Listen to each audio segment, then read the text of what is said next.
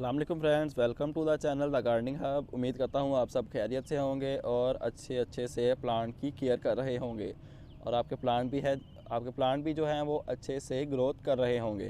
लोग जब ये काम नहीं करते तो उस वजह से उनके प्लांट्स भी जो हैं वो डेड हो जाते हैं। तो आपने करना क्या है, जब आपका फ्लावर जो है वो खिल जाए, खिलने के बाद उसको अगर आप कब दिल नहीं करता फ्लावर तोड़ने को, तो आपको जो है वो अपने दिल को समझाना पड़ेगा। आपके प्लांट की ग्रोथ के लिए भी सही है और आपको ज़्यादा फ्लावरिंग भी होगी आपके प्लांट पे। आपने करना ये है कि जब आपका फ्लावर जो है वो खिल जाए, 1 या मैक्सिमम 2 दिन आपने वेट करना है। उसके बाद आपने फ्लावर को जो है वो पिंच कर देना है, उसको तोड़ देना है।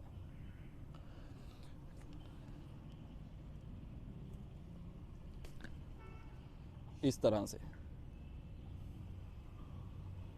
फ्लावर आप तोड़ देंगे तो उसको आपने वेस्ट नहीं करना, उसको कंपोस्ट बिन में जो है आपने फेंक देना है। अब फ्लावर हमने तोड़ा क्यों, इसकी मेन रीज़न क्या है, तो मैं आपको बताता हूँ। जब बड होता है तो वो इतनी ज़्यादा एनर्जी नहीं लेता प्लांट से, प्लांट के ऊपर ज़्यादा स्ट्रेस नहीं आता। जैसे ही वो फ्लावर बनता है वो उसकी एनर्जी रिक्वायरमेंट जो है वो डबल हो जाती है। तो प्लांट जो है वो ज़्यादा एनर्जी जो है वो फ्लावर्स को प्रोवाइड कर रहा होता है। उसके लीफ की ग्रोथ भी इतनी ज़्यादा नहीं होती और ज़्यादा ब्रांचेस भी नहीं निकलती। वो अपनी जितनी भी एनर्जी होती है सारी ट्रांसफ़र करता है अपने फ्लावर्स के अंदर। तो आप जो है जब तक उसका फ्लावर नहीं तोड़ेंगे, वो एनर्जी जो है वो फ्लावर को देता रहेगा और जितने ज़्यादा फ्लावर होंगे प्लांट की, उतनी ही एनर्जी फ्लावर्स में जा रही होगी। तो आपने करना ये है कि आप 1 या 2 दिन वेट कर सकते हैं, उससे ज़्यादा नहीं। आपने अपने फ्लावर को जो है वो उसकी पूरी जितनी भी लंबी उसकी शाख है, जितनी भी लंबी ब्रांच है जिसके साथ वो फ्लावर लगा हुआ है, आपने पूरी की पूरी पिंच कर देनी है। हो सके तो आप थोड़ी सी उसकी ब्रांच भी कट कर दें। ये करने से आपका जो प्लांट है वो हल्का हो जाएगा और उसकी जितनी भी एनर्जी पहले फ्लावर में जा रही थी तो वो जाएगी सारी ब्रांचेस में और लीव्स में। जितनी ज़्यादा फिर वो ब्रांचेस निकालेगा, जितने ज़्यादा लीव्स निकलेंगे तो उतनी ही ज़्यादा फ्लावरिंग भी होगी आपके प्लांट के ऊपर।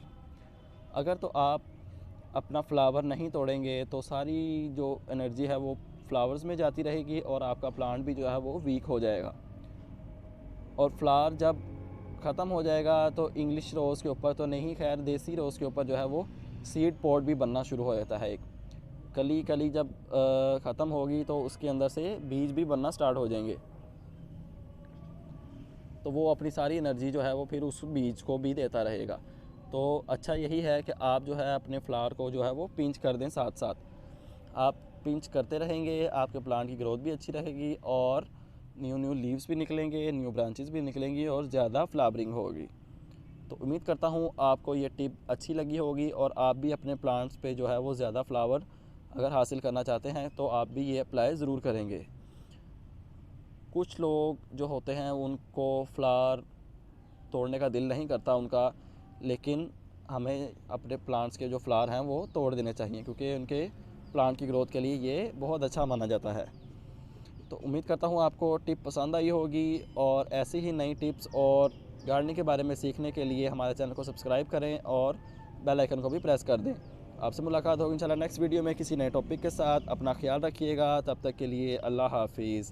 ये टिप आप तमाम फ्लावरिंग प्लांट्स के ऊपर अप्लाई कर सकते हैं। ज़रूर नहीं कि आपने गुलाब के पौधों के ऊपर ही अप्लाई करनी है, आप किसी भी प्लांट के ऊपर ये अप्लाई कर सकते हैं। ये सारे प्लांट के ऊपर कारआमद साबित होगी इंशाल्लाह।